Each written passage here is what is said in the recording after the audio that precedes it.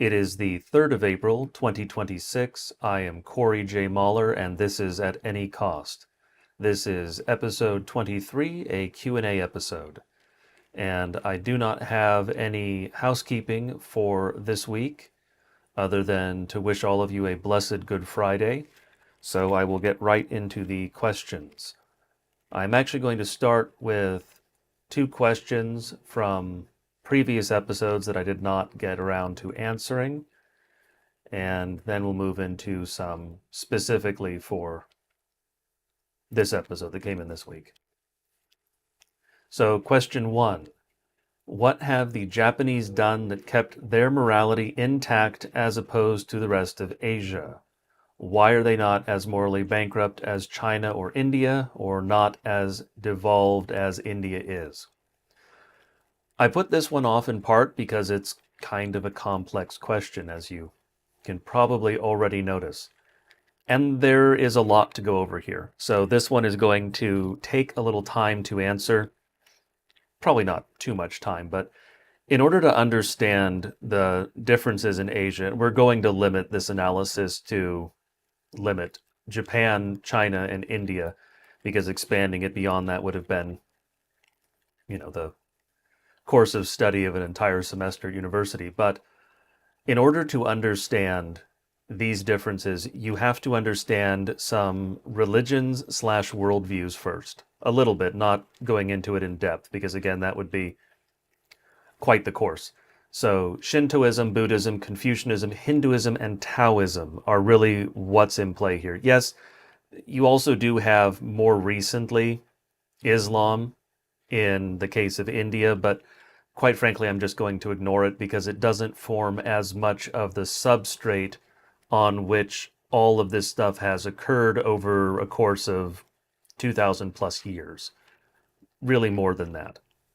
But Shintoism, starting there, is polytheistic and animistic and is going to have the largest impact, and almost exclusively in this case, a little bit in China, but almost exclusively Japan. And the focus for Shintoism is ritual, purity, and it's focused on this life. I'm obviously simplifying this to some degree, so bear that in mind. Cum grano salis, as it were. But insofar as commonalities and differences, I'm going to sort of break it down that way so we can compare it to Christianity and how it has influenced these societies, these cultures, these races, as opposed to European Christianity. And so for commonalities, you do have the focus on prayer in Shintoism. There's communal worship, moral purity, community, hard work, and honoring ancestors is a little bit of an overlap because it overlaps with obviously the fourth commandment, and particularly a proper understanding of the fourth commandment. See Stone Choir for more. So that's the rough outline, a small bit as it were, for Shintoism. Now Buddhism. Buddhism is non-theistic. It's going to be less of a religion and more of a worldview, although it has elements of being a religion as well. Usually it's layered onto something else. There's syncretic pairing, as it were. And so you have the religion of Shintoism with some Buddhism on it. So the Japanese case, Zen Buddhism mostly in their case.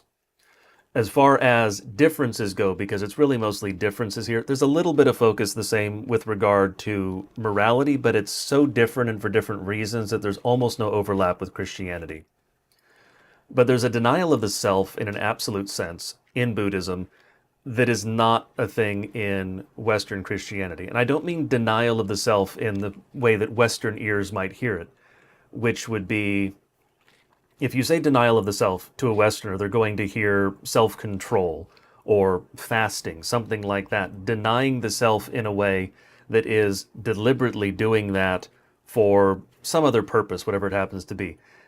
That's not what Buddhism is. Buddhism is a denial of the self as self, saying the self ultimately doesn't exist. And so you wind up with views that are not even really annihilationist because you're returning to the grand universe. And so it's a dissolution of the self, but not really annihilation because it doesn't believe the self ever existed. Obviously very different from Christianity, from the Western view of things, including the pagans in this case. There's a focus on impermanence, karma, reincarnation, and a pursuit of what they call enlightenment, which is really just realizing you don't exist. Sort of absurd, but as opposed to what we would call a pursuit of wisdom. So there's a distinction there between wisdom and enlightenment. They're not the same thing in these traditions. Confucianism, obviously mostly the Chinese case, although during the Tokugawa period also applicable to Japan. So there's some cross-pollination there, as it were. Part of that came through Korea, but we're ignoring them for tonight. The focus there would be, again, ritual, but propriety more than purity in this case, filial piety, and social harmony. There's also benevolence, but it's in a different sense from how we would use the term in the West, and so I don't know I can really add that in here. As far as commonalities go, you also have that respect for ancestors, although for differences, in this case, it starts to shade into ancestor worship, which obviously we do not do in Christian lands, or at least we should not be doing. There's syncretism in some parts of the world, obviously. It's a big problem in Africa, for instance. The focus, again, is on this life, as opposed to the next life, as opposed to, salvation, damnation, judgment, things like that. It's a focus on this life, and so it is a different thing.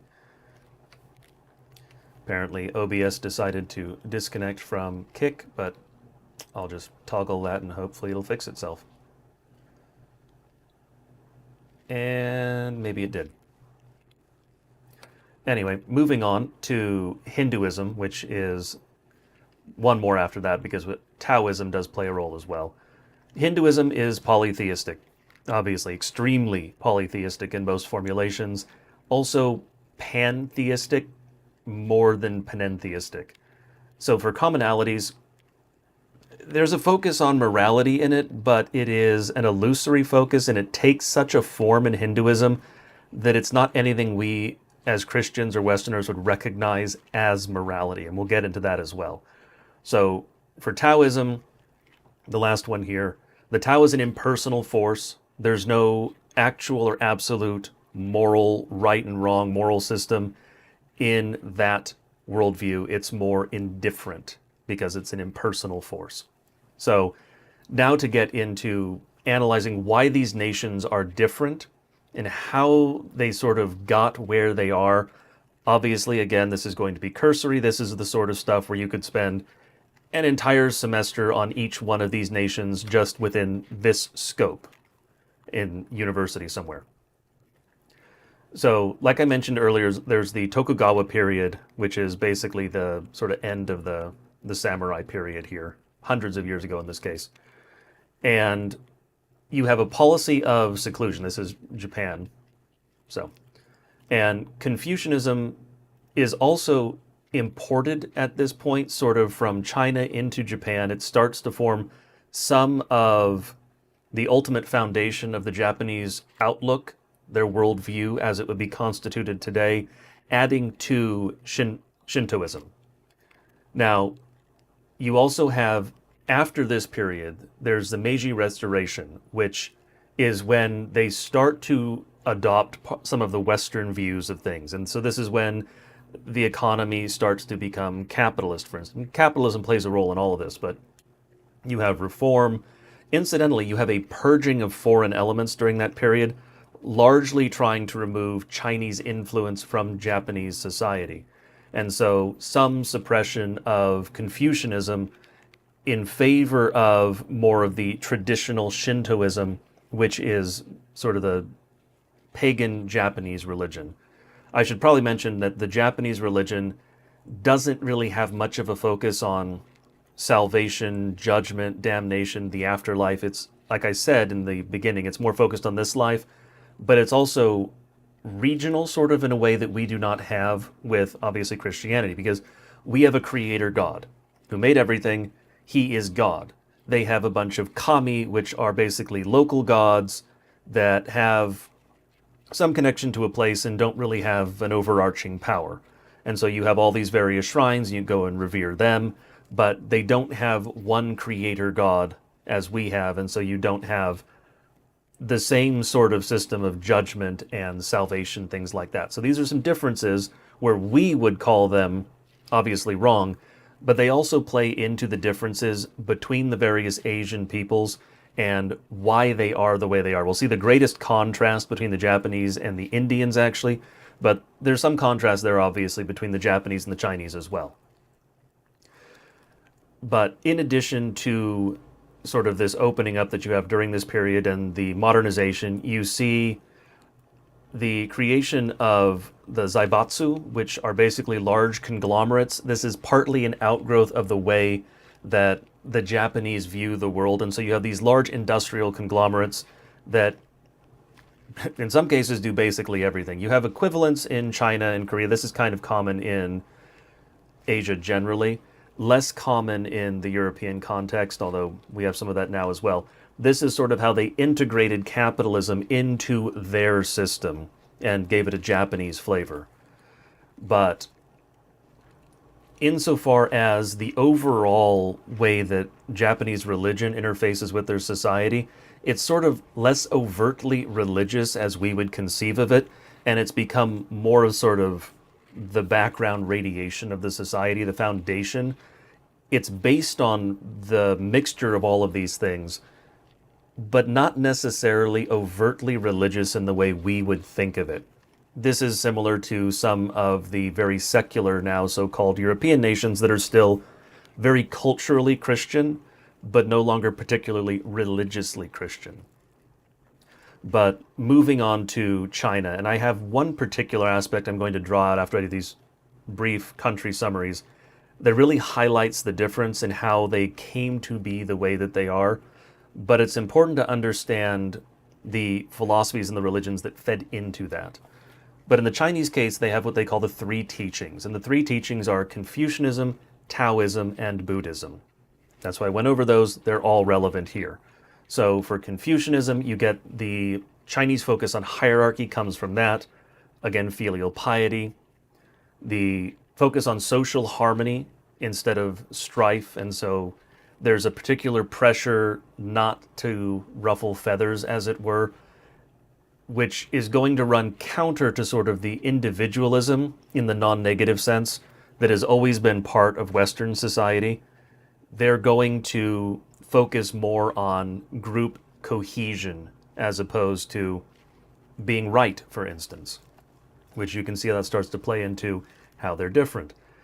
There is a focus on moral self-cultivation. We can sort of resonate with that for Confucianism. There's some similarity there, but again, the morality is very different from what we would call morality, and so it's not necessarily a commonality. There's a big difference there. There is a focus on merit-based governance. In part, this is inherent to Confucianism itself, and in part, it comes from the imperial period in which you had large-scale, mass-scale instruction in Confucianism, including testing in order to get into these imperial positions, and you had a giant bureaucracy. It was very much deliberately entrenched in the Chinese nation by the empire, by the imperial court. And then that's also where we get the Chinese view of benevolent authoritarianism. We have that as well in the West. It's a slightly different formulation because racial differences. But that comes in large part from Confucianism and from the way that the Chinese Empire used it in order to maintain their control, build out their control, and shape their society as well to some degree.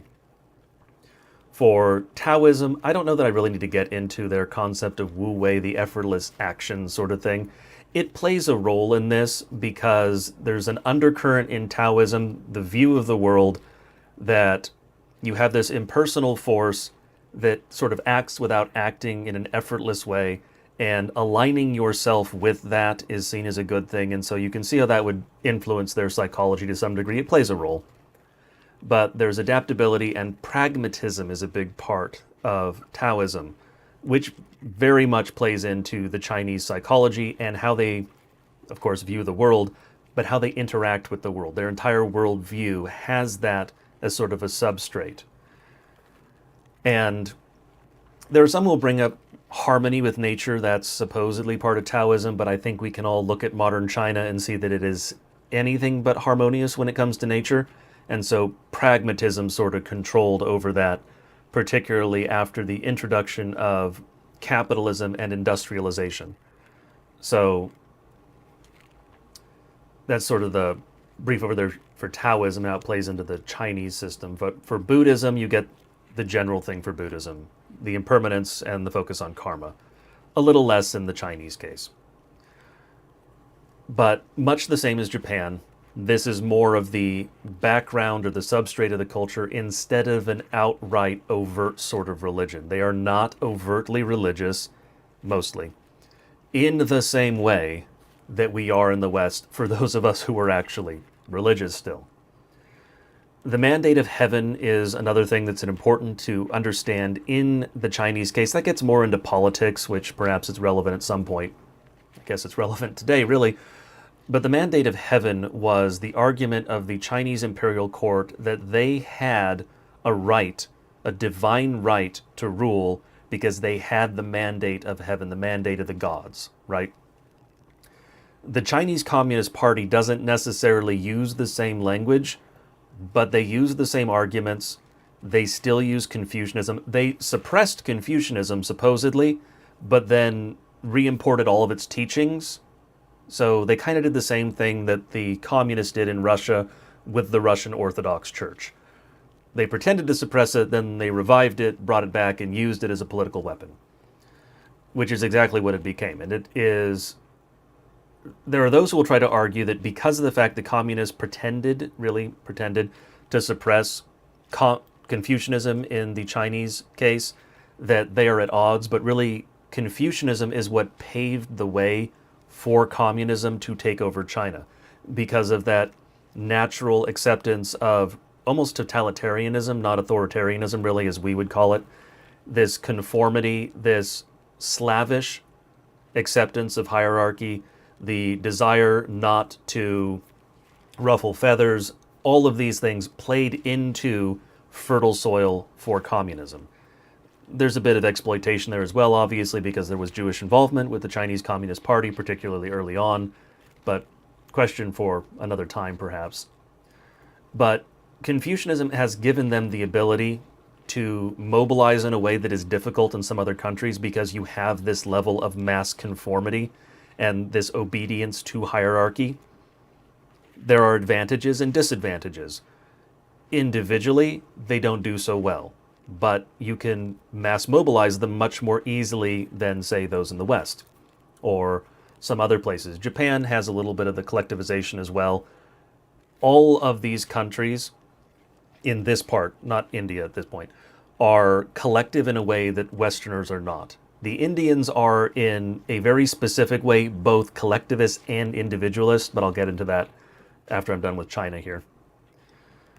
So they also do have this opposition to foreign influence, which has helped keep them somewhat insular. However, because of the way that it played out historically, they wound up obviously being defeated and not entirely conquered and colonized in the same way as some other nations, but they had to open up and pursue a rapid policy of development because of what this did historically. There's the whole Middle Kingdom concept and being the center of the world and not needing anything from anywhere else. And it has pluses and minuses. It's kept out foreign influence, but it also made them insular in a way that proved to be detrimental because they sort of ignored the outside world. And you can't do that because the outside world doesn't stop existing and doesn't stop influencing you simply because you pretend they don't exist. Japan also learned that sort of the same way. But insofar as that's concerned, you also have the communist element plays into it. They're related, and because communists are always maintaining power in part based on grievance. This nation has a grievance against that one, and so, I mean, it's the same a lot of places. You have the common enemy, and the common enemy helps to unite you. But you have the century of humiliation in the Chinese context, which basically was the period before they opened up, because they were forced to open up by being conquered. Not entirely, but in part. This fuels more their interaction with some of the Western powers, although they have some views of Japan as well, incidentally, but it doesn't play as much of a role in their relationship in this part of the world, but it does form part of the psychology of how they look at the world. But then moving on to India, the third and final one for this. The concepts that are important in India would be really the concepts that do play the major role in Hinduism. So you have what they call dharma, which is duty, which is not the Western conception of duty. It is scoped in a totally different way, and it runs in very different ways. You have karma, you have, I think we all know what karma is, I don't have to explain that one. You have samsara, which is reincarnation. It's really the cycle of life and death and suffering, but it's reincarnation. That's easy enough for what we have here. And then you have, obviously, their caste system is extremely important to understanding how they behave and why they behave the way they do. In part, their caste system, just sort of historical tangent, was imposed on them. It's partly a natural outgrowth of the fact that they are various, somewhat, at least to some degree, distinct ethnic groups inside of India. Do remember, China and India are both empires. They're not truly homogeneous nations. They have different subpopulations in different parts of the country. Less so China these days, very much so India still. In part, India has the caste system because they were conquered by Indo-Europeans. They were conquered by peoples from elsewhere who then intermarried and created their upper caste. That's part of the Indian history. It's part of why the caste system can still be maintained even though it isn't officially a thing in Indian policy anymore. It really is. It's just not enshrined in the law anymore. But India is rigidly hierarchical according to that caste system. And so you don't have any mobility insofar as that's concerned. Today there's a little bit of leeway because of capitalism and wealth and things like that, but generally speaking, the people in the lower castes are not going to achieve great things anyway, because part of it, again, is biological. You can almost map caste to IQ, essentially, in the Indian case. So the caste system is that you have the priests and the scholars at the top, you have the warriors and the rulers, the merchants, the laborers, and the untouchables, the Dalits.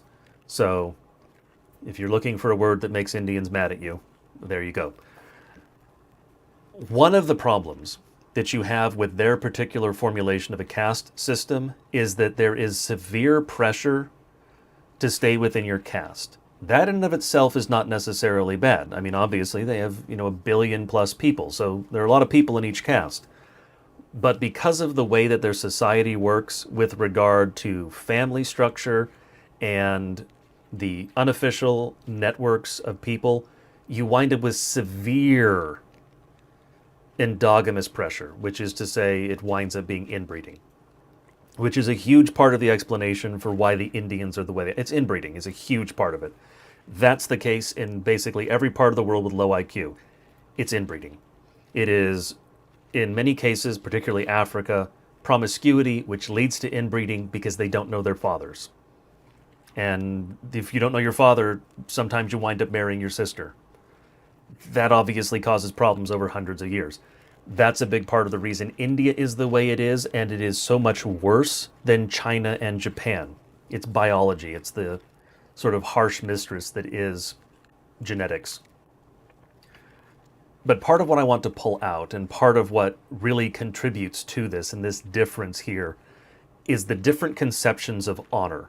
I'm not going to go deeply into the European conception of honor because it's just not what I'm doing here.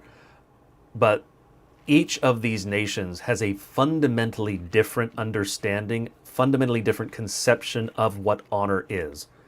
And so for the Japanese, you have what grew out of being essentially a warrior ethic, became their conception of honor. So that's about as close as you can get to the Western conception of honor in the Asian case. The Japanese are the closest to us with their understanding of honor. The Chinese, it's more hierarchy and your relationship, your place in the hierarchy. It's a relative sense and it's relational in a way that, not in the way our honor is, because obviously we think, well, honor thy father and thy mother, and that's relation. It's not that kind of relational. It's more pragmatic. It's going back to that conception of pragmatism. The Indians are fatalist and look at it as being sort of a cosmic duty. That's their conception of honor. And so it winds up being things connected to staying in your caste and things like that. And that fatalism aspect is also important because they look at it as you are born into this and you are doomed to do X, Y, and Z. It's not the Western understanding of fate. It's a different kind. It is fatalistic in sort of the full sense of that. But Eastern conceptions generally are different from Western conceptions of honor. So Ehre and Izzat are not the same at all. It's almost a misnomer to use the same sort of word. But in the Japanese case, you have Mayo and Giri. I'm not going to get too deep into terms and things, but the real core of it is duty or obligation. Obviously, I raise the question to whom duty is owed, and that's generally going to be roughly the same kind of hierarchy that we think of. Your family, your clan, your nation, right? That's what we think of. Add tribe in there if you feel like it. These days, due to industrialization and capitalization, they also have a same sort of view toward their employer, toward their corporation. And that's expected in society. That's sort of a difference between them and us. We don't really have an honor relationship with our employer.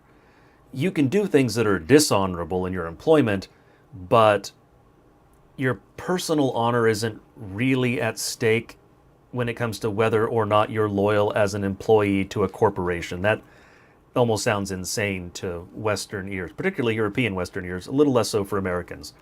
There's a distinction there, though. But that unwavering loyalty to your group is a huge part of Japanese honor. That is incredibly important. And so your family and your nation are a big part of that. We can resonate with that. That's important. Self-restraint plays a role in their conception of honor.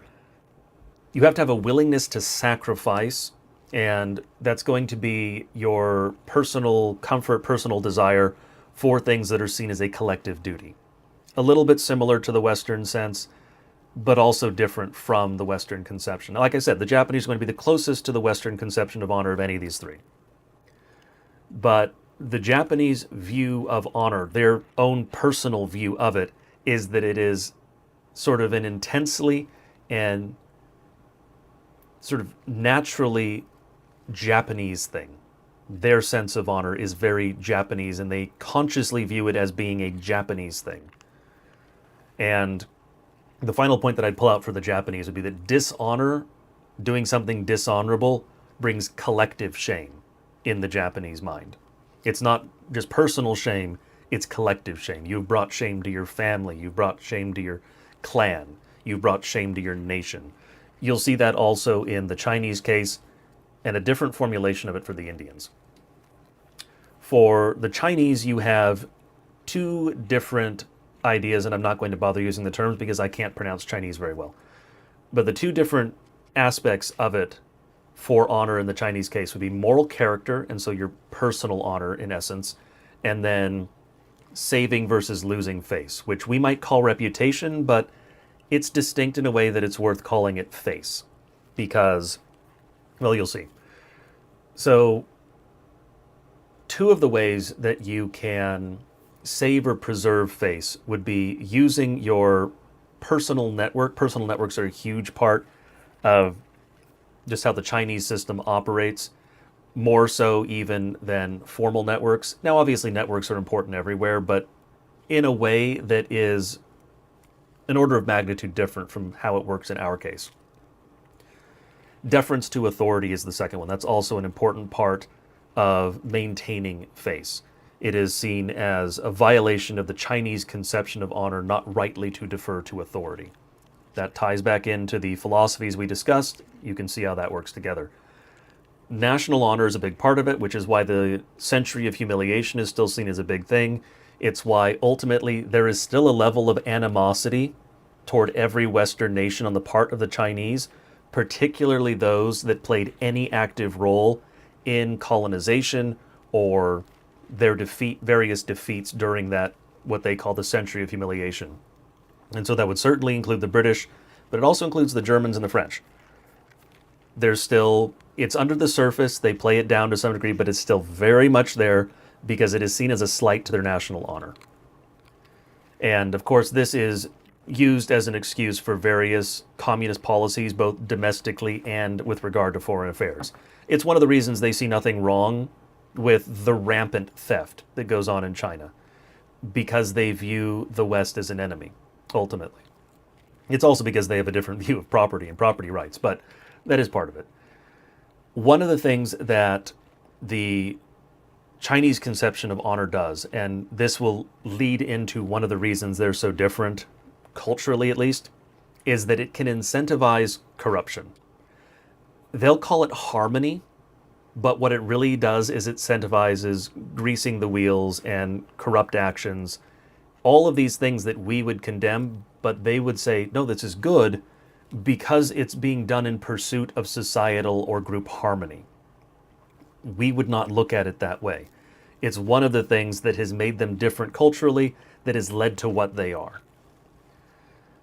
But the last thing I would do for the Chinese there would be just emphasize again, pragmatism being part of their ideology and their vaguely religious expression has played a huge role in this, because if it's pragmatic, then it's aligned with their values. It doesn't matter what the morality is because there's no objective morality. And the losing face thing, obviously, going to be a big deal in politics for those who are interested in political science. But moving on to India, their conception of honor they call izzat, which is not just personal honor, it's more group honor. And what group varies. Because if, say, a member of your family is insulted, well, that's family izzat. If a member of your tribe is insulted, well, that's now your tribe versus, a member of your nation. This is similar to what we see in a large chunk of the world, really the Near East through the the Middle East. They have this conception of basically every level of society at every single resolution is just constant conflict and war. So, the famous Arab proverb, right? It's me against my brother, me and my brother against my father, me, my brother, and my father against my cousin, and so on and so forth. It's just constant war up and down the social hierarchy at every single resolution. You have the same thing here in the Indian case with izzat. And so your personal honor, then the honor of your family, the honor of your tribe, the honor of your clan, the honor of your region, the honor of your people, broadly understood. It's why Indians respond the way they do on the internet when India is insulted. It's this. It's izzat. That's what they're doing. The important parts for izzat, it's their conception of purity. It's so alien to our conception of purity that calling it that almost seems insane. Chastity's part of it, incidentally. You'd never know that from their behavior, but only female chastity, not male. So, and then adherence to your caste-assigned role in society. It is considered dishonorable to move outside of that. Incidentally, it was also historically considered dishonorable to go abroad. They had a taboo against crossing deep water, basically. Religious weirdness. At any rate, they are part of the group of countries that will engage in honor killings for what is seen as honor killings for what is seen as a violation of their honor. That's why you see murder of women happens a lot in these parts of the world. This also leads, incidentally, to what I mentioned earlier, the inbreeding problem. Part of it is seen as if you cross certain lines in order to marry, well, that's dishonorable. Well, the problem is this gets taken to the extreme in many cases, and they wind up marrying their first cousins, or even closer, over many, many years, centuries. That explains almost all of what is wrong with India, other than the fact they worship demons, which is obviously important. But what this does with this conception of honor is that you have, like I mentioned, all these little warring groups. You have warring groups within a family, and then you have families against families, then you have tribe against tribe, then you have region of the country against region of the country. This is a recipe for just complete chaos in society and everything except for what we would call honor. It's one of the reasons India had so much trouble and is still having trouble modernizing and industrializing. Part of it's because of the extremely low IQ in India, and part of it's because at every single possible opportunity there is graft and theft and corruption. Because taking whatever you can is honorable because you are improving your position and that of your family. Doesn't matter that it's the expense of everyone else because that guy's a different tribe. And now we're thinking of tribes. And so it's part of the reason India is the way that it is. And there's also the fact they don't respect contracts. Only really two parts of the world truly respect contracts, the Japanese and Europe. So it's been a major problem in international business. The nation in the Indian mind matters less than the small group. This is going to be sort of a difference with the Japanese and the Chinese. You see a little bit more concern for the nation, for the racial group writ large, as opposed to the Indians where, well, I got mine. I don't really care about everyone else. And there are some dynamics there that are just due to population size, but not entirely, because obviously China has, some hundreds of millions of people as well, a billion, whatever it happens to be. They don't even know. But to answer the question in short, now that we sort of have everything laid on the table, as it were, it really comes down to honor and genetics. Because their conceptions of honor, but obviously the honor is built up on that ideology and that religious foundation. But what these things have done is they have sort of formed this feedback loop and created a worldview in each of these respective nations, these respective countries, that has entrenched certain biological proclivities, and in some cases corrupted them, the Indian case due to inbreeding. And that combined with their natural abilities has made them what they are. Again, there's the aspect of it that you have less evil in the Japanese religion than the Hindu religion, the Indian religion, because Hinduism is literally just demon worship. In many cases, the Japanese is more revering your ancestors and nature, and yes, there are the local gods, but it's not open demon worship and human sacrifice like it is most of the human sacrifice, not anymore, but still going on in some of the hinterlands in India. And so these things combined led to the difference in these peoples. Part of it is IQ. The Japanese are much brighter than the other groups. That includes the Chinese. The coastal Chinese, you have a swath of them that are high IQ, that are intelligent, but you have the IQ drops off as you go toward the hinterlands. Again, different racial groups. It's an empire, not a cohesive, coherent, homogeneous nation. So that's sort of the brief explanation of these things. Obviously, like I said, this could take a very long time to go over all of it, but hopefully that is enough of an explanation of why these different peoples have wound up how they are. And this is entrenched over thousands of years. This is not something that happened quickly. And to sort of draw out a lesson from this, it's one of the reasons we have to care about these things in our own context. Imagine what you could wind up doing to Europeans if we behaved like the Indians for 5,000 years. We'd be just as bad as they are. So we're not above it. We're not immune to it. It's one of the reasons we have to be so concerned about marriage laws and, biology and genetics and all these other considerations. Because if we don't have those concerns, the experiment has already been run. We see what will happen. We don't want to become that. The next question is also somewhat in depth, but I'm going to have sort of a light touch with this one just because this again would take months to cover fully. So question 2, can you go in depth of how the swastika and National Socialism is absolutely Christian? We'd greatly appreciate your in-depth apologetics on this, as men are being barred from the table over their political stance. There are two answers here. I am first going to give the practical answer and then sort of the not full, because again, not going into it in that great a depth, but the real answer, as it were. First, I'm going to take a sip of coffee. And it is coffee tonight, not tea.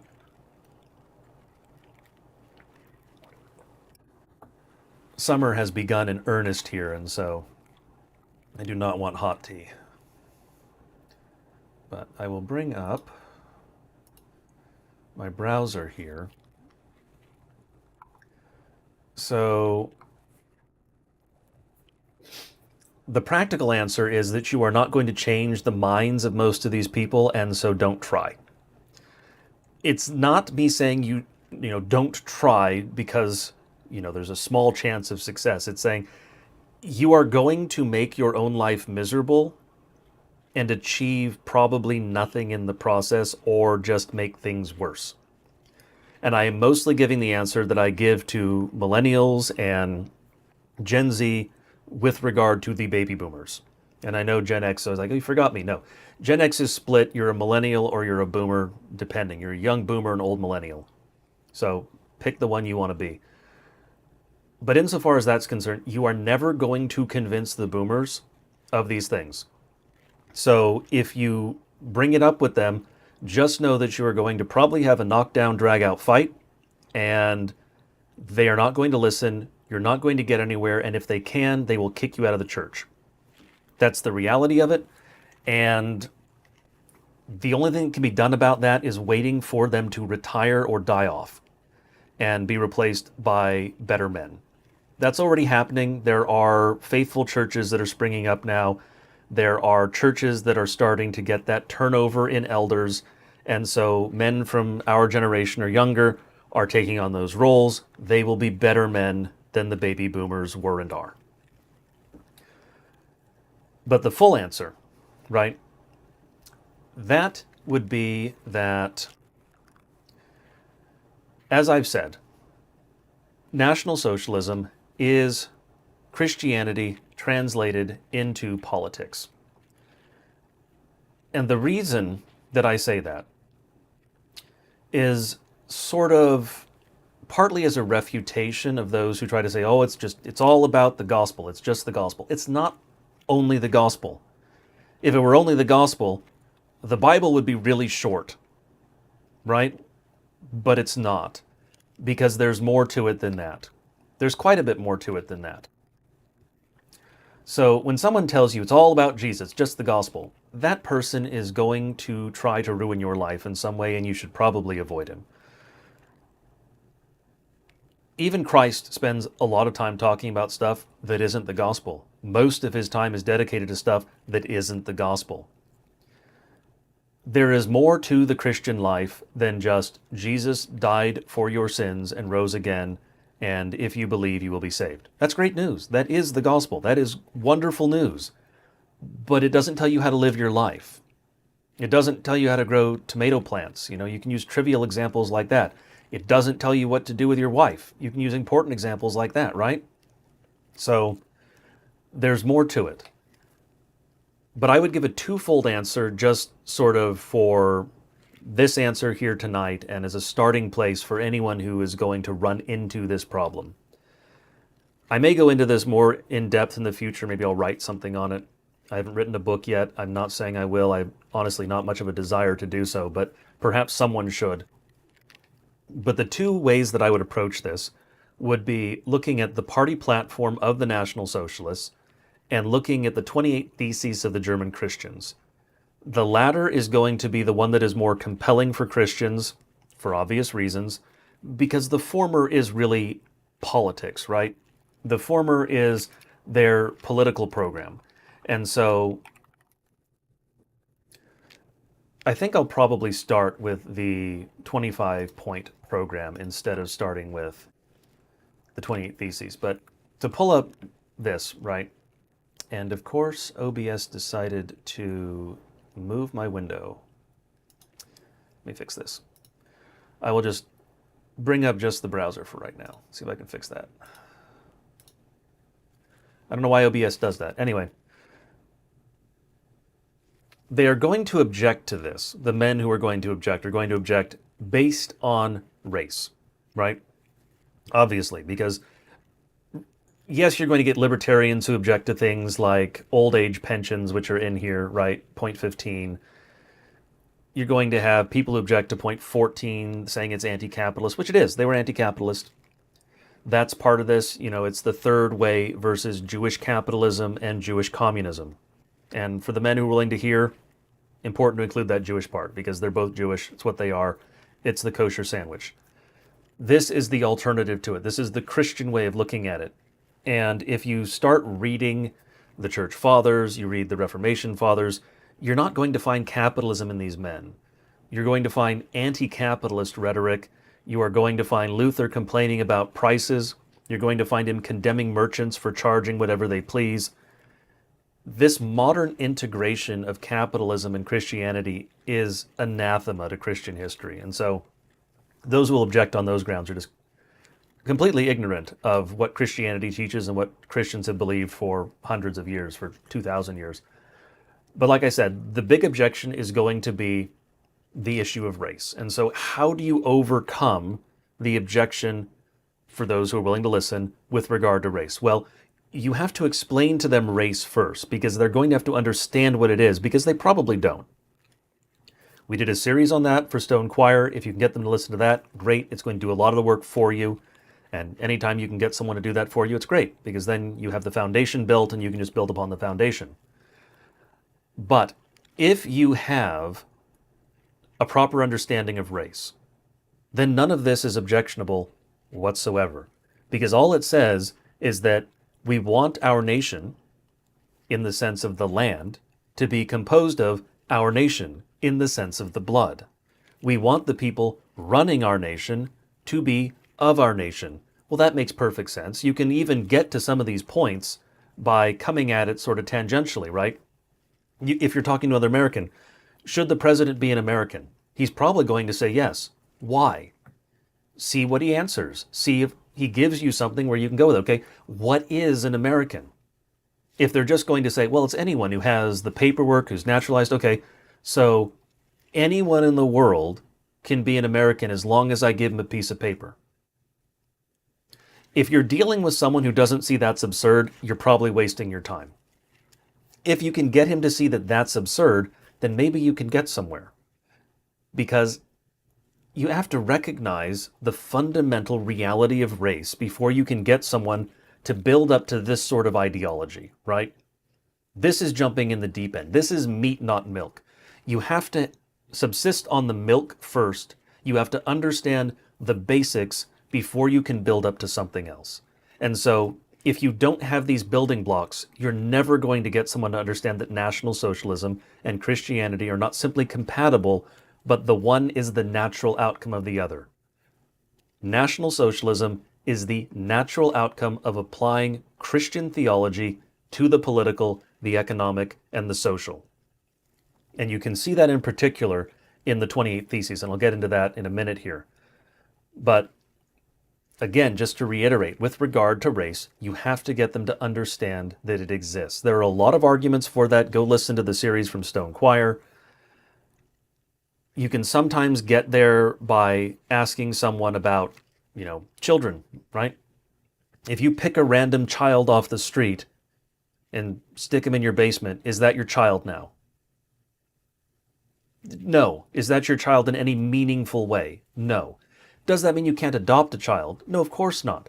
But there's a difference? Is there a distinction between the child, particularly it helps if you're talking to a woman, is there a difference between the child to whom you gave birth versus the child you attained with a contract? That's what adoption is ultimately. And I'm not saying adoption is bad, because adoption is good. It has to play a role in society because sometimes people die and leave their children behind, right? That happens. That's unfortunate, but we live in a fallen world. But we all recognize there's a distinction between the biological child and the adopted child. You can love both of those children. You can be an excellent parent to both of them, but there is a difference. And just because you have a piece of paper, it doesn't erase the difference, right? There are cases where animals have adopted, as in the animal sense, another animal into their pack that didn't change the species of the animal that was adopted. My cats and my dogs get along really well. It doesn't make the cats into a dog. Different things. The same thing is true with regard to race, and sometimes you can approach it in that way, right? Are there different breeds of dogs? Well, yeah, of course. Are there different breeds of horses? Well, yeah, of course. Are there different breeds of goat? Yes, of course. I have black copper Marron chickens. They're a particular breed of chicken. They produce a particular kind of egg that is a particularly good egg. If I had random other chickens, it would not be the same. Everyone is going to agree with you on that. They all recognize that. They will even go so far as to agree that it is genetic in nature, because if I go out right now and take some of the eggs that are sitting in the nesting box in my barn and then hatch those, I will get black copper marrons. I won't get astrolorps. I won't get any other kind of chicken. We could list 100 different kinds of chicken. I will get the ones that produce the egg because it is genetic. If you have a child with your wife, the child is going to be a combination of you and your wife, because that's how genetics works. So if you can build up to these things and get the person to recognize the building blocks, then you're going to have to wait. This is the part that so many hate. You are not going to get the person to simply flat out agree with you in one course of discussion, starting from nothing, building up to, well, I'm a National Socialist now. That happens once in 100,000 times. You build up a little bit at a time, and you give the person time to process it. You see how far you can push. You give them a book on some subset of this. You're building up the foundation the person needs to change his worldview to something that is consonant with the truth, as opposed to what he learned in school, as opposed to the propaganda. It takes time, it's difficult, and the biggest part, again, that people hate is that waiting, because you're not going to get him to change all his views in one night. This is, to give you an example, sort of an illustration, this is something that has to be taught to new attorneys, because everyone has this conception, this misconception of particularly court work. They have this idea that you get a witness on the stand and you just ask the right chain of questions, you ask the right question the right way, and he confesses. Or he gives you exactly what you want. He gives you the exact answer you need to convict some guy, or to whatever it happens. It doesn't happen. Occasionally you find someone dumb enough, but it almost never happens. That's not how you build a case. You build up a case by getting specific answers to specific questions and then stringing all of that together into your argument, in your closing argument. That's why I like closing arguments. Opening is okay, but I like closing arguments because that's the stringing it together and making the ultimate argument. Piecing it together is a different thing. It's vitally important. You have to have it, but it's a different thing. That's what I was doing against James White in that debate, and he recognized it, which is why he was so uncomfortable. That's how you do it. You do not get the person, the opposition witness, the person who is hostile to you, to make your case. But you get him to give you all the pieces you need to make your case. Here what you're doing is you're giving that person all the little bits and pieces he needs to ruminate on it later, to build up the case in his own mind. He will form some probably shoddy, slapdash version of it, but you can help him improve it over time. But to move on to the 28 Theses, the way you're going to win over a Christian, if you possibly can. You can give him my article. By all means, I'll put this in the show notes. I read through it earlier and found a couple typos I have to fix. Inevitable. Typos are just impossible to fix all of them in the first go-through, but not that change anything, just minor things, obviously. This is what you want to go through with someone who is Christian and ask him, to what do you object? Which parts of this are objectionable to you? What part of this do you think is not Christian? Because now you're going to have a real discussion, because if you object to any parts of this with, I'm going to bring up one possible counterexample here, as it were. If you object to any part of this, well, okay, you're just not a Protestant. And I'm not saying as opposed to Roman Catholic, but Roman Catholics could object to parts of this because it is very Lutheran. It is very Protestant. But you can't object to it in large part because almost all of it is simply Christian. It's sort of not on the same level, and so I don't want anyone to say, oh, well, he's elevating this to the point of a confession, an ecumenical creed, right? No. If you object to any part of the creed, you have fallen below the standard of a Christian, because the creeds are simply a restatement of Scripture. With regard to this, this is a statement of theology pulled from Scripture, and so if someone objects to it, he better have a very good reason for objecting to it. And not just because it was written by those evil Germans and I don't like them and their language sounds scary. That's not a legitimate argument. And, it's translated into English, so you don't even have to deal with the German, but it's there if you want it. Now, like I said, this is very Lutheran, it's very Protestant, and it's not necessarily condemning Rome, so it's not anti-Roman Catholic.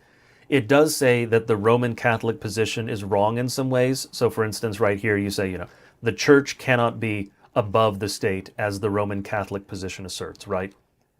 Hey, the mouse actually shows for once, that's nice. So obviously there are some disagreements with Rome, but it's not condemning Rome and saying Rome isn't Christian.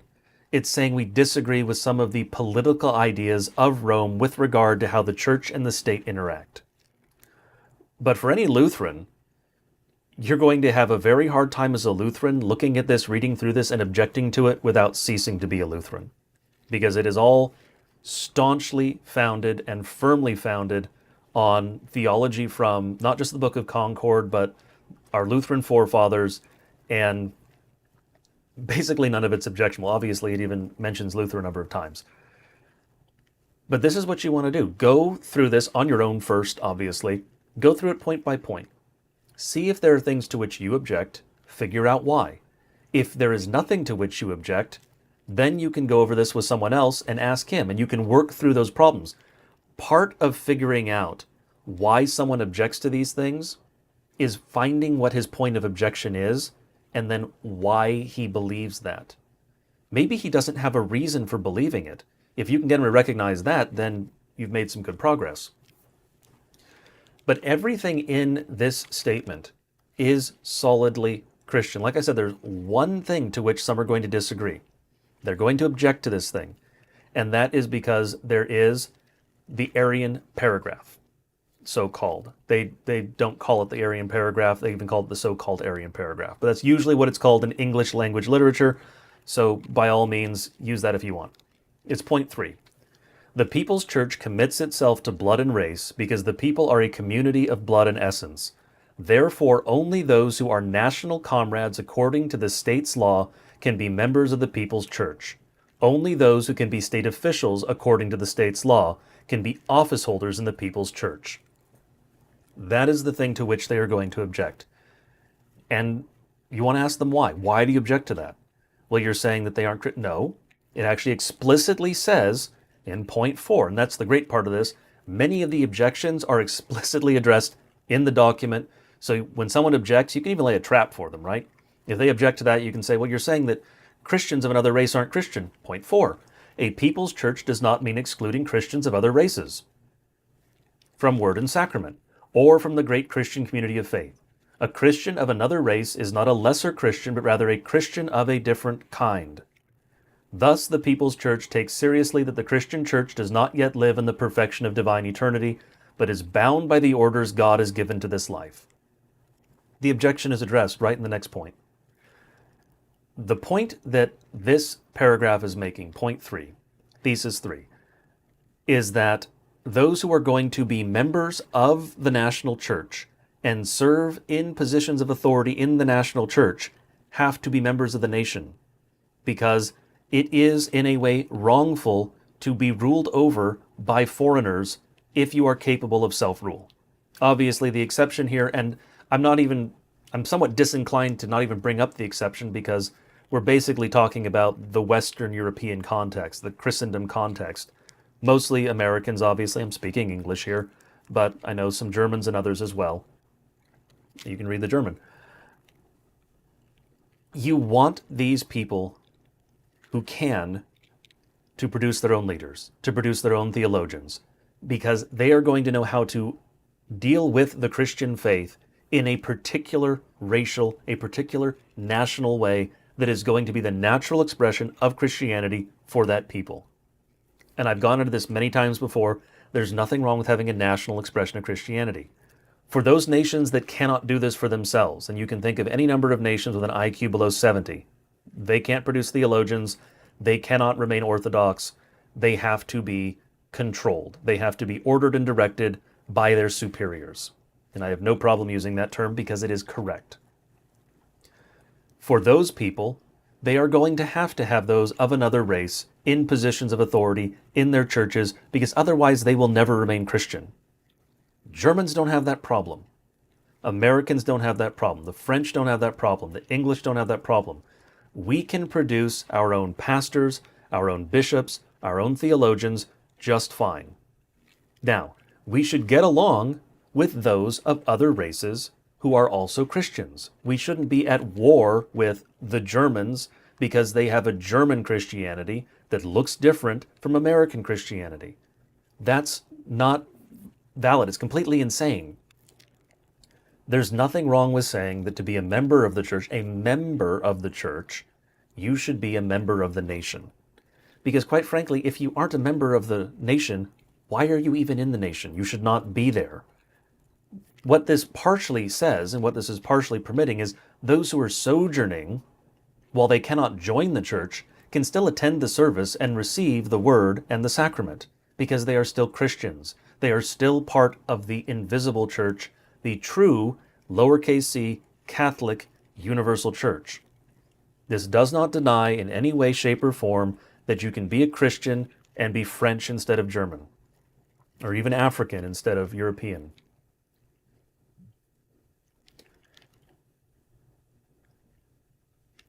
I really can't think of any other point to which someone is going to object in this. And so go through this, because very few men have read this.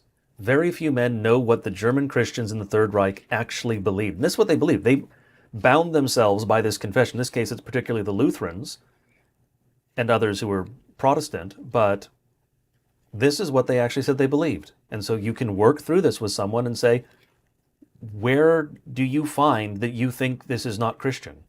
I think I went over the one point where you're really going to have a problem, but that would be my recommendation for starting to try to get someone to have not an open mind, but a correct view of these things.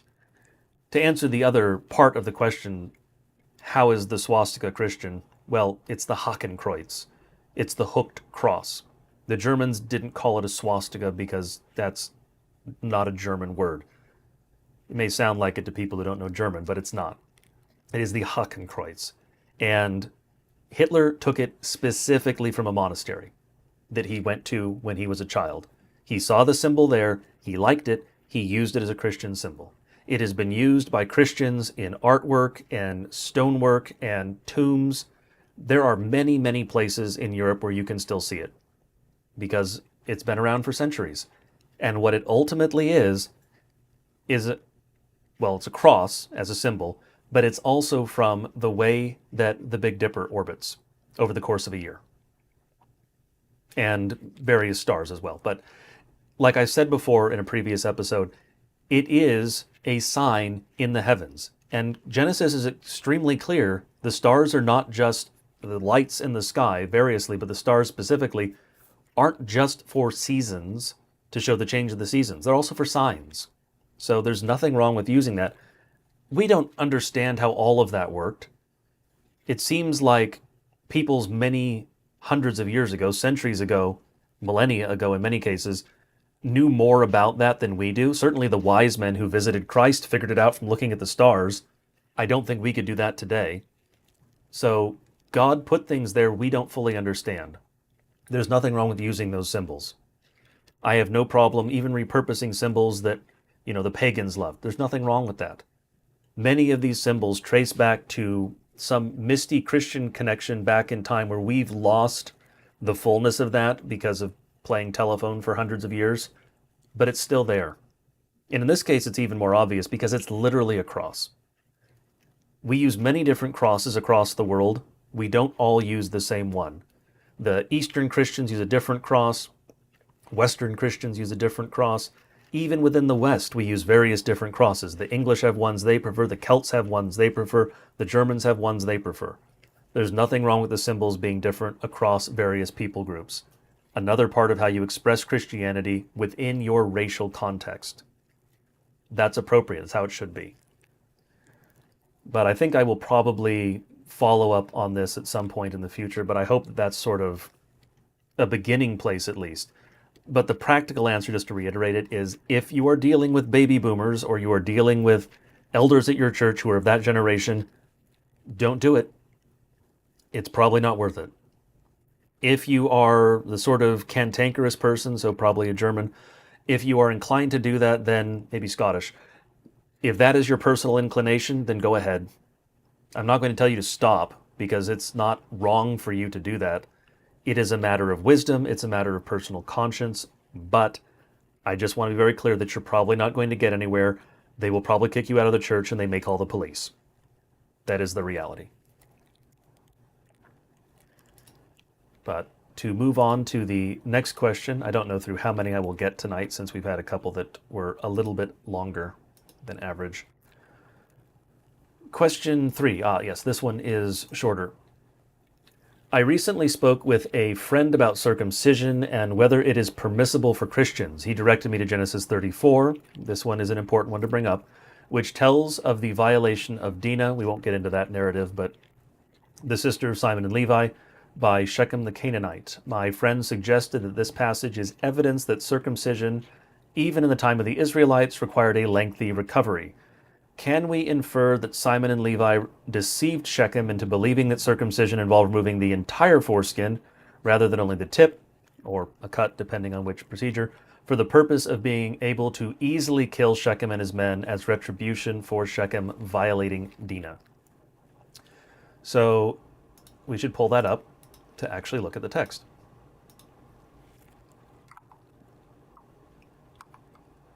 So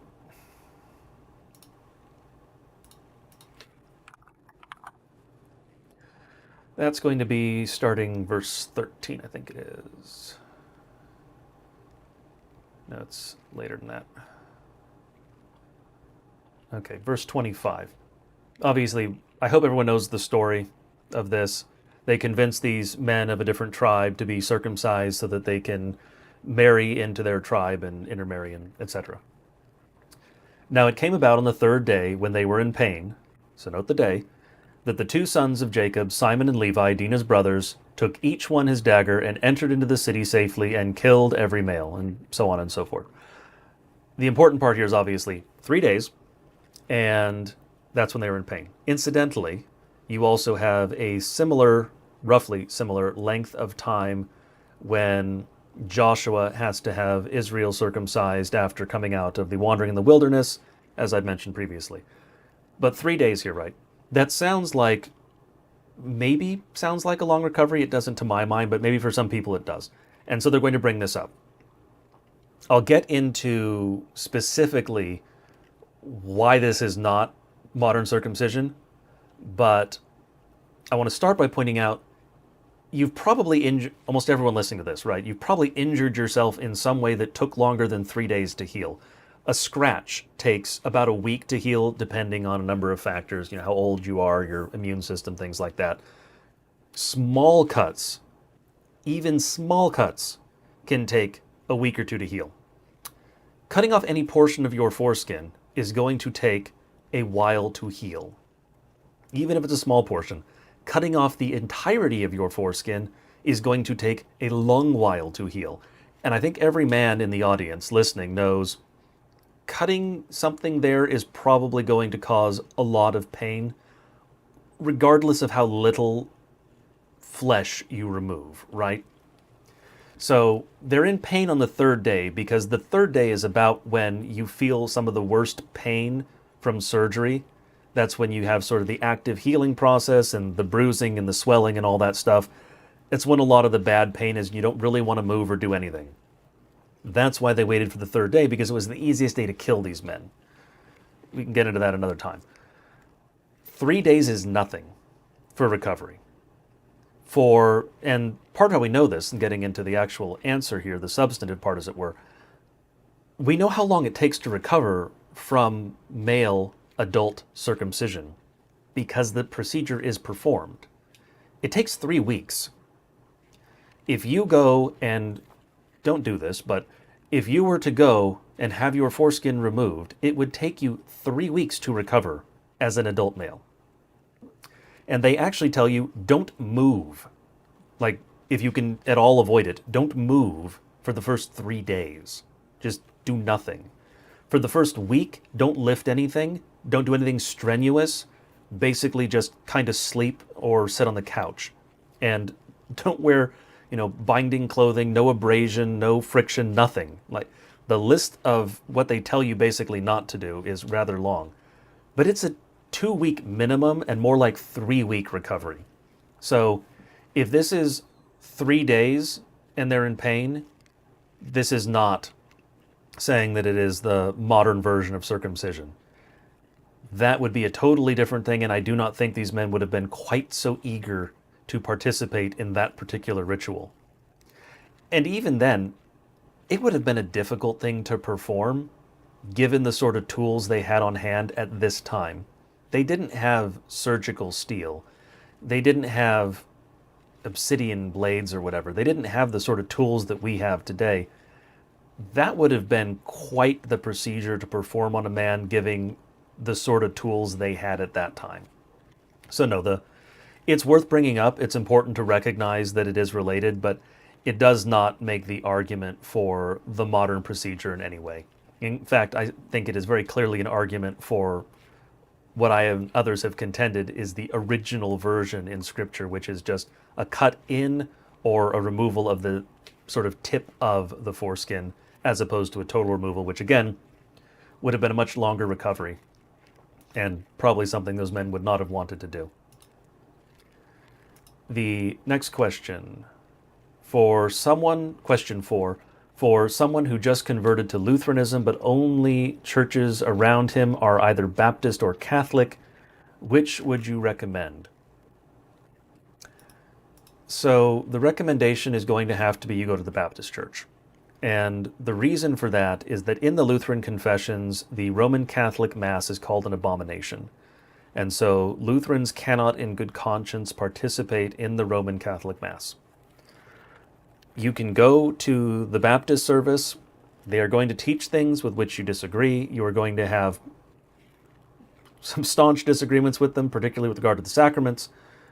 So you're not going to get baptized there, right? And even if you did, it would be a valid baptism. Baptist baptisms are valid. We just wish they would also baptize children.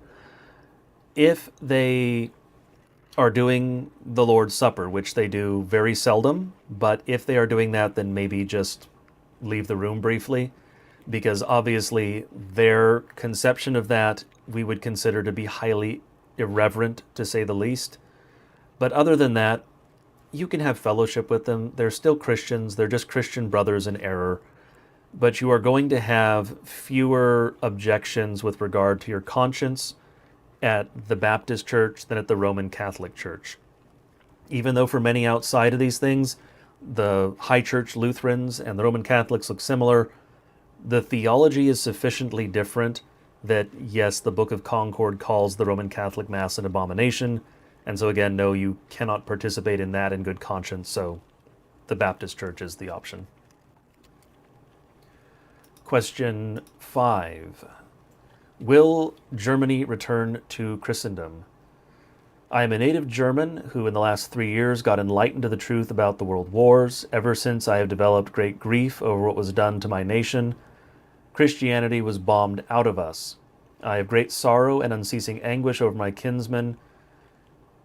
So 3 sub-questions. 1, do you think there is hope for Germany to return to Christianity? I'll just take them as I read them, I think. I do think there is.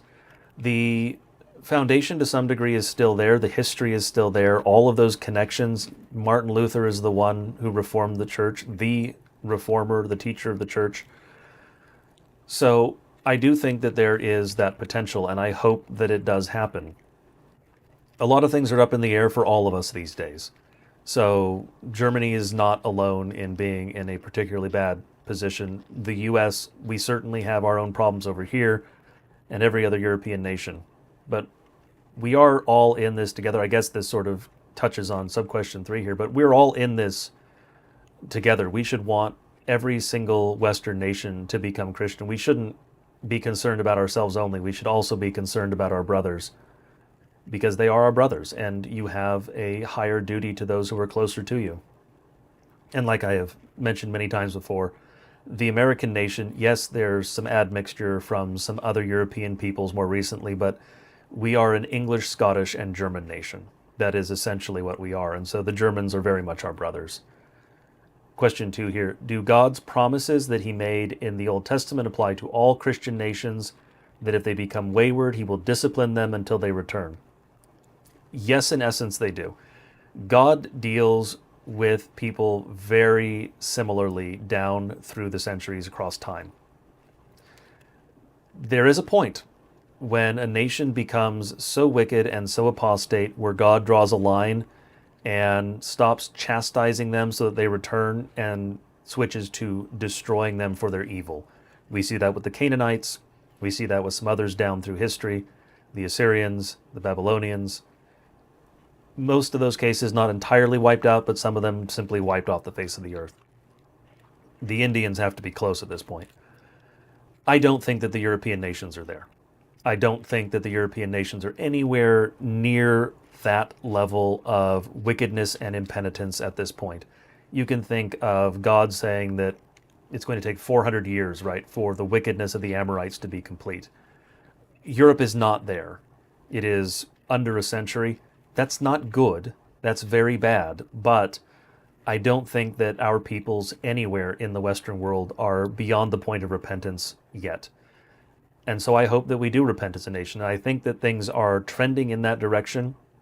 I think that many among the younger generation have recognized the lies of the past and are moving back in the direction of the church. And I think that's a great thing. Hopefully that continues to accelerate. And so I think that, yes, there is hope for Germany and the rest of Europe as well, and hope for America. The third sub-question, any encouragement to deal with the grief? So I sort of touched on that. It's going to depend partly on personal disposition, but as a German, I think I kind of understand the personal disposition. Read the book of Job. Read Ecclesiastes. I know for many men that's going to sound like insane advice because they're going to think reading the most depressing parts of the Bible seems like the wrong response. I don't think that it is. I think that it's a recognition that God is absolutely sovereign. God is in control. He will work all things out for the good as he promises to do. And that our position in this life, as I've said many times before, is to do the duty that is set before us. Ours is the duty, God's is the outcome. He is not going to fail. He is going to succeed in everything he has set out to do. And he has made many promises to our people, and he will fulfill them. So I think reading through those books is a good devotional practice. And then reading the Psalms as well. There's plenty in the Psalms lamenting the state of his people and things like that. I think those are important for Christians to read these days. And particularly for those of a Germanic bent, we have that sort of psychology, that general outlook. It's not fatalist, but it is a recognition that fate plays a role. And it's sort of hearkening back to what I went over with regard to Indians, right, and samsara and things like that. We're not looking at the world as if we're doomed because we were born a particular person in a particular time, right? We're looking at it more as we go through life as a particular person, formulated and formed in a particular way by virtue of the time into which we were born, the race, the body into which we were born. We are our body, so it's not just, the spirit operating a meat suit, right? We very much are what we are. And so recognizing that, and I think, again, as a German, it's going to come more naturally, but recognizing that's an important part of it. It's not a reason for despair. Rather, it's a recognition that you have to embrace the fact that we live in a time of great challenges. The military way of saying it is usually embrace the suck. Things are going to be bad for a period of time. Just embrace it and slog through it. I have an article on my site that's about specifically the Germanic conception of fate, and I think that might also be useful for you. I'll put that in the show notes as well. Note that down.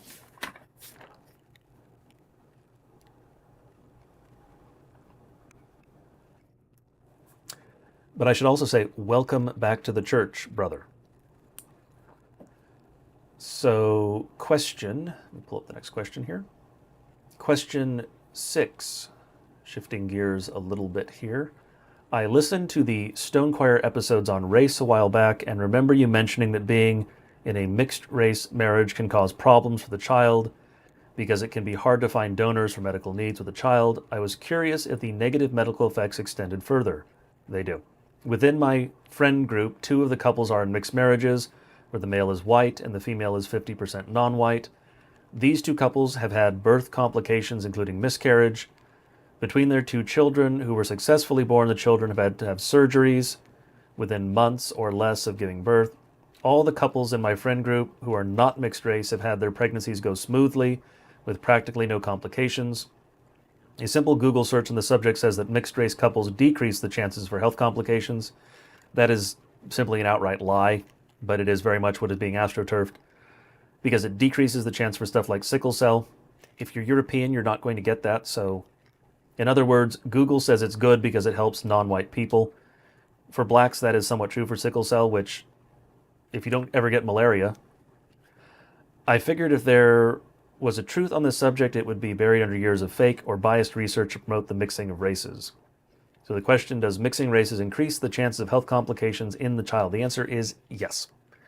It increases the risk of health problems, not only for the child, but actually to some degree for the parents as well. There's some incompatibility issues. The issues there are less dire than for the child, certainly, but with regard to complications surrounding pregnancy, significantly more for mixed race couples, and it does scale with the distance of the races. So white and black, much worse than someone, closer. Right. One of the things is that there are actually morphological differences among the races as well. Obvious, we know that just from looking at the races, and that can lead to complications with regard to the birth itself. It is more likely that you are going to have a dangerous complication during the birth, including endangering the life of the mother in a mixed race marriage versus one that is within a race. So yes, that is very much a concern, and it extends all over the place. The example that I often bring up is the example of, donations and things like that, just because it tends to drive it home for people. And it is more difficult to explain to people and get them to accept the fact that you also have these problems like miscarriage and things like that, but it is very much part of it. And you can logically even just draw that out if you know where fertility peaks, right? Second or third cousins is where fertility peaks. Sometimes as far as fourth cousins, but it's right around third cousins is where it peaks. So you're going to have fertility issues outside of that window.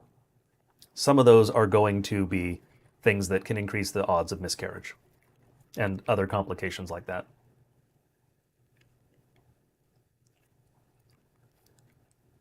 Question 7. I have been rereading through the Old Testament and have noticed that the legal system that God gave the Hebrews is rather simple in comparison to what we have in the 21st century. That is an understatement. My question is, how did we get to the system we have today, and is there a reasonable way to fix it? Looking over the past several decades of my own recollection, there are myriad cases that seem to be open and shut cases of particularly violent crime that seem to take years to litigate.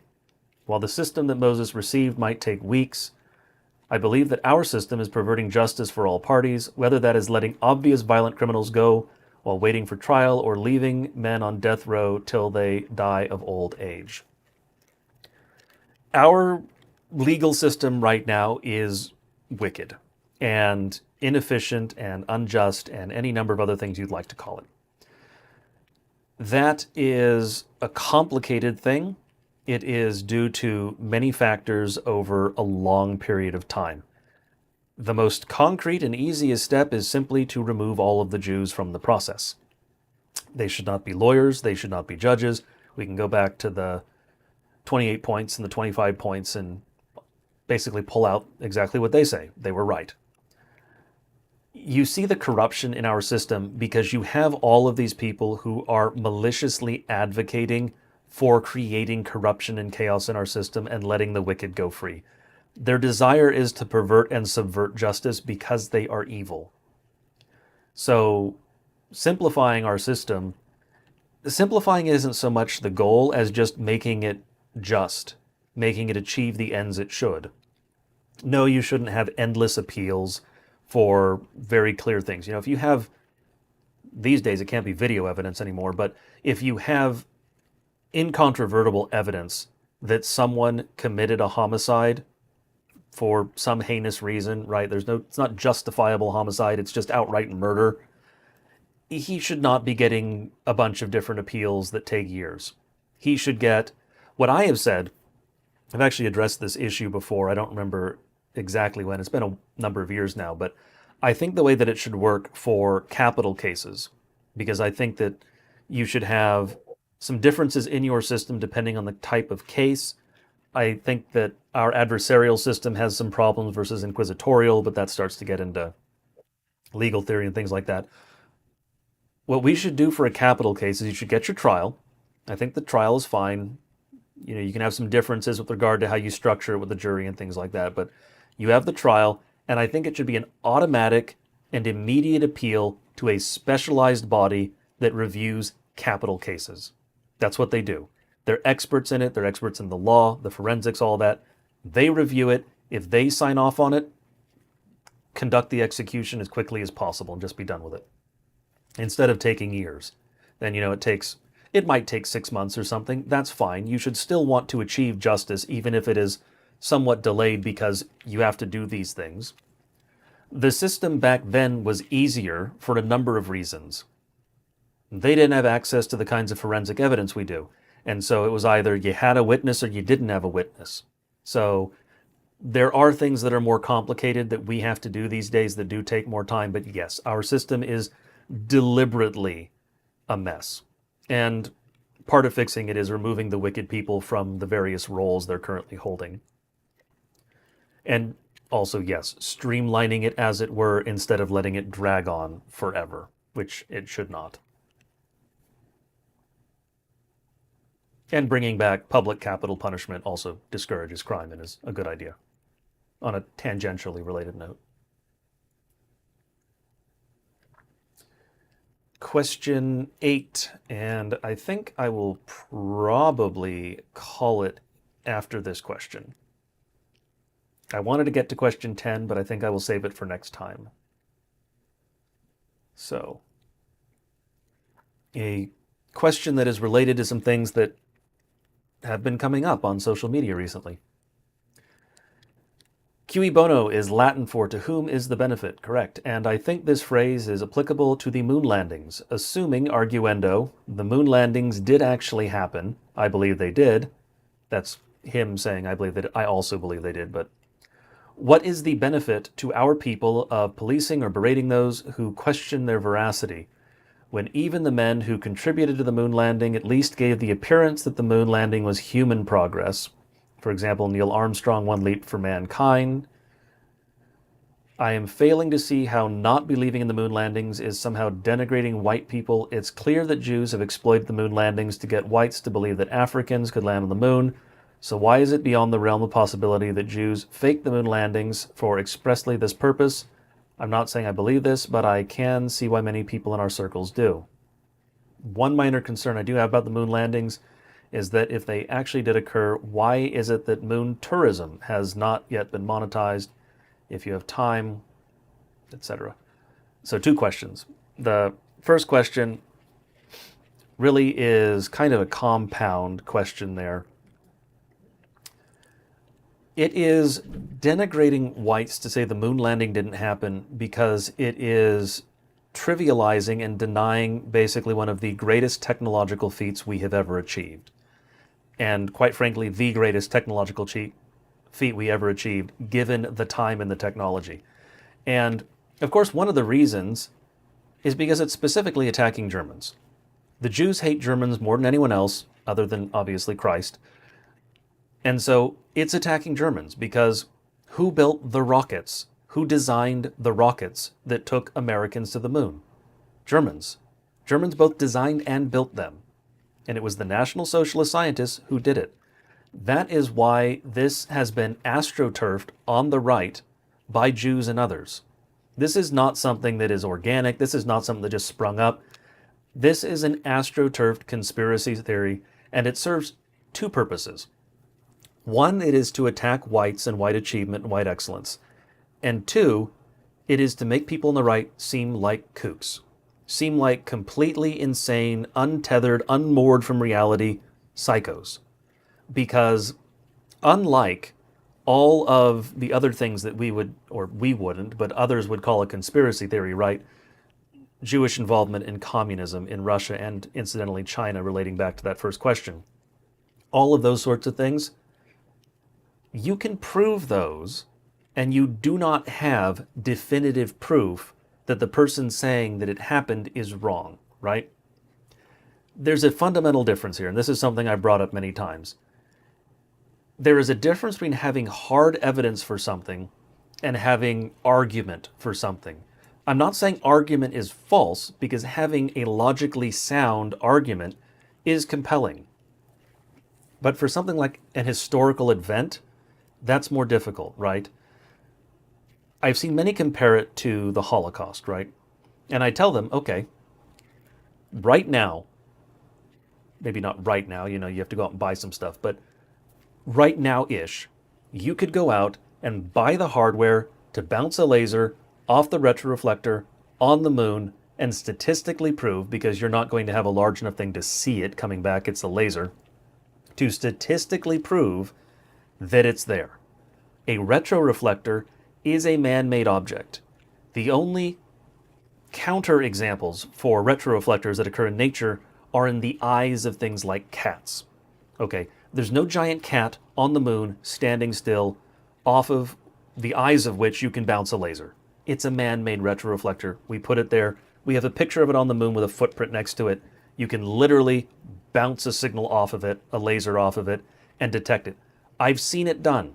I haven't done it because I never got into the hobby, because I don't want another expensive hobby.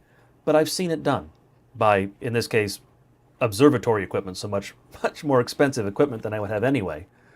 But doing that is different from people compared to the Holocaust. And I say, okay, find a metal detector, go to Auschwitz, and see what happens. Please don't do this. You will be arrested. But that's the difference. The claims of the moon landing, you can investigate them as much as you like. The same as people who claim the Earth is flat, right? No one is stopping you from building your own rocket. No one is stopping you from getting in a hot air balloon and going up high enough to see the curvature. No one is stopping you from going to the ocean and watching ships literally sail over the horizon. I used to live in Los Angeles. I've seen that happen. I don't even know how many thousands upon tens of thousands of times I've seen that happen. There's a difference there. You are prohibited from physically examining the evidence for the Holocaust. No one is prohibiting you from physically examining the evidence for the moon landings. It's very obvious if you look at it, the totality of the circumstances. This is something that has been astroturfed to make the right look insane, to make us look unreliable and irrational. It's one of the reasons that I object to it so strenuously. If it's just some crazy guys in a bar talking to each other, I don't care. Excuse me. I mean, maybe it's a little obnoxious, but whatever. When you have these people, particularly those who have a decent sized audience, spreading this on the right and making the right look insane, it is unhelpful, it is detrimental, it is harmful. And quite frankly, what it does is it actually entrenches people when it comes to all the other conspiracy theories, right? So-called. If you see someone saying the moon landing wasn't real, the moon isn't real, it's a giant ball of glass that someone stuck to the firmament, whatever it is they're saying, and I've heard every crazy argument this week because none of them agree, right? Not one of them agrees with others. But if you have that guy saying it, and then he pivots and says, oh, by the way, the COVID-19 vaccines, those were poison. Well, what has he just done? He's discredited any argument that might be legitimate about the safety of those vaccines, so-called. And the same thing with regard to every other point. It is a deliberate campaign of subversion to make all of this other stuff get lumped into the category of the guy with the tinfoil hat. So it's also just something, there's so much evidence for it, and there's no evidence against it. And one of the strongest arguments that I find particularly compelling, the Soviets never objected. They never said we didn't do it. They had every reason to say we didn't do it. They challenged everything else we did. And we challenged the stuff that they did. If they had thought for a second that it had been done in Hollywood, which incidentally they would have known because they had infiltrated Hollywood already, they meaning the Jews in this case, but they would have broadcast that to the world and said, the Americans are lying, the Americans didn't do it, look at how bad the capitalist system is, we are the best, and then they would have kept trying to do it. They were not so interested in landing on the moon after we did it because it was no longer a race. It was no longer first to the moon. That is a compelling argument that we actually did it. And of course, there is the physical objective proof, the retroreflectors, right? It just doesn't make any sense to object to it, and it is harmful to do so. It is why I think it is actually important to tell these men they need to shut up. Everyone does not have a right to object to everything, particularly when he doesn't understand it. The sort of men who could not do the math to explain to you how a retroreflector works should not be trying to explain orbital mechanics to you and telling you that this is impossible because there's a big number. These are the sort of people who see the number 36,000 or whatever it happens to be, whichever one they happen to have latched onto, and say, well, that's not real because that number scares me. That's effectively what they're saying.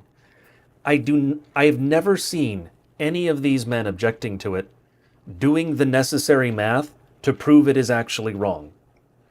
All they do is throw up a big number on the screen and then hope that their audience knows even less math than they do, which is often true. That's not what we are on the right. It's not what we want to be. And again, it is denigrating white achievement because we are the ones who put those men on the moon. Our race did that. It was the Germanic race that put men on the moon, and that includes America because we are a Germanic nation as well. Insofar as the second question is concerned here, and I think it'll probably be the last question for tonight, ran a little bit over, but I suppose that's fine. People can listen whenever they like, so. It hasn't been monetized yet because it's actually very difficult to do and dangerous and expensive. That's really, the expensive part is actually probably the biggest part of this. I just ran some very quick numbers when I saw this question, just for the sake of it. And the companies that are looking at doing, because there are companies looking at doing that, right? They're space tourism companies. It's one of the things Bezos is doing and others. They're trying to get their per seat cost down to like 100,000 per person, right? Per seat cost. The current cost to do that, and for the foreseeable future, is still in the millions. And that's just to get up into space, to say, I've been to space, and not even, distant. That's near Earth orbit sort of thing. Very near Earth orbit. The companies that are trying to do moon tourism, and they're not talking about landing, they're talking about going around it, maybe, or getting out to it and looking at it and coming back. They're looking at numbers in the tens of millions per seat. That's not a very good business idea. And so that's something that, this is incidentally a critique of capitalism really, but it's not a good business idea. It's one of the reasons that it has to be funded by state actors, at least originally, even today still largely funded by state actors because, Elon Musk may be doing some things, he's funded by the US government. He's not the one funding those rockets. So $50 million, right? Say it's 20 million, cut it in less than half. $20 million per seat to go up into space, to get close to the moon, just to say you did it. That's all it gains you, right? If it's someone who likes space exploration, maybe you're funding it. The guy who wants to do that, though, can fund it without getting in a potentially explosive device and going there. The number of men, the percentage of men in the world, and it'd be almost exclusively men, incidentally, so it's not just the gender in-specific use there. Small number who have the funds to just spend $20 million on a rocket ride. Now you take all of those and remove all of the men from that pool who don't have a death wish, essentially, who don't have the daredevil spirit that you need to have to be a test pilot, effectively. You now have almost no men left in this pool. So I don't know what kind of tourism business you would be running, but you're targeting a very tiny pool of men, and even then, you have to get the money to build the company, even to be able to target the. It's just not a very good business plan. It just doesn't work. It's really what it comes down to. The economics don't make any sense. And just for the sake of comparison, I sort of roughly calculated, if you had, that sort of disposable income, and you spent $1 million, and you visited every single national park in the US system, you could spend nights at their nicest hotels, rent nice RVs, hire guides, do every single one of the cave tours and everything else, and have money left over at the end of the year and spend a tiny fraction of what you would spend to say, I got close to the moon. It just doesn't make sense. So that's why it hasn't happened. That's the sort of thing that happens after all of the hard work of the technology has already been done, developing it, testing it, making sure it's reliable over many, many uses, right? Commercial air travel did not happen right after the Wright brothers. It took a while to build. And you have to prove that it has a sufficient safety rate before people are willing to use it.